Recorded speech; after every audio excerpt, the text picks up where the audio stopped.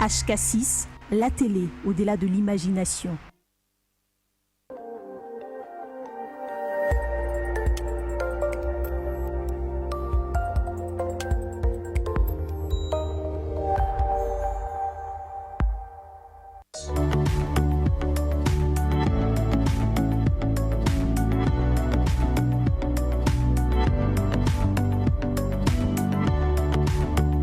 Mesdames, Messieurs, bonsoir et bienvenue sur la meilleure des télévisions. Comme vous le savez, chaque samedi à partir de 21h, car vous avez l'occasion, l'opportunité de suivre différentes personnalités qui interviennent sur vos petits écrans dans cette émission Les Décideurs avec différents thèmes, différents sujets. Nous vous en parlons. Nous vous présentons aussi des personnes qui se distinguent par leur façon de réfléchir, par leur façon de poser des gestes. Nous vous présentons aussi l'actualité politique, économique et socioculturelle. Alors, les décideurs aujourd'hui, cette messe des preneurs des décisions reçoit pour vous l'un des décideurs de la province dans le domaine culturel. Il n'est pas dans le gouvernement, il n'est pas dans une structure étatique culturelle, mais il s'est dit que pour rendre viable le Congo ou le Katanga, je commence par là où je vis. Éric Kaloko est notre invité de ce soir. Avec lui, nous allons parler culture.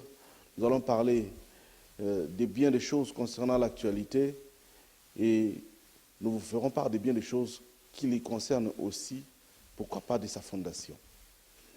Avec lui, nous allons devoir échanger pendant 50 bonnes minutes et je vous convie à suivre ce programme parce qu'il sera certainement intéressant pour vous. Monsieur Kaloko, bonsoir. Bonsoir. Vous allez bien? Très bien. C'est la première fois que vous passez dans cette émission Les Décideurs.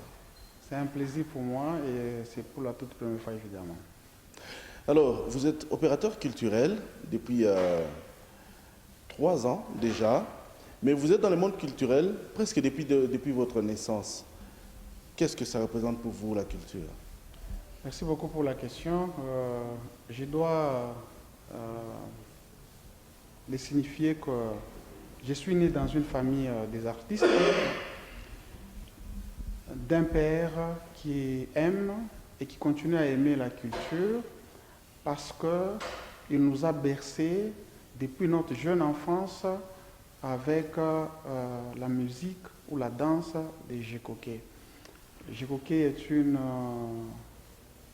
danse comique que les Katangais d'une manière particulière ont vécu ensemble jusqu'avant les indépendances et après les indépendances des pays africains évidemment.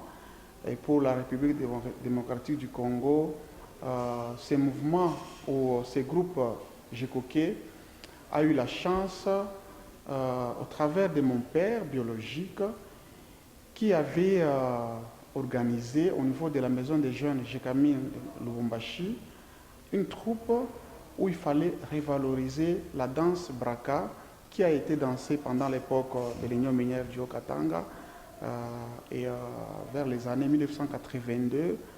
1982-83. Jusqu'aujourd'hui, cette danse est toujours présente en esprit chez nous et nous la pratiquons de père en fils parce que c'est un gène. On ne nous apprend pas à danser Jekoké, mais en tant que fils d'un artiste, nous avons dansé Jekoké sans apprentissage, donc c'est dans le sang. Et donc c'est à ce titre-là que je suis dans la peau d'un monsieur qui aime la culture parce que j'ai été élevé, bercé par la musique, j'ai été élevé avec la danse et donc je suis comme un poisson dans l'eau quand nous parlons de la culture.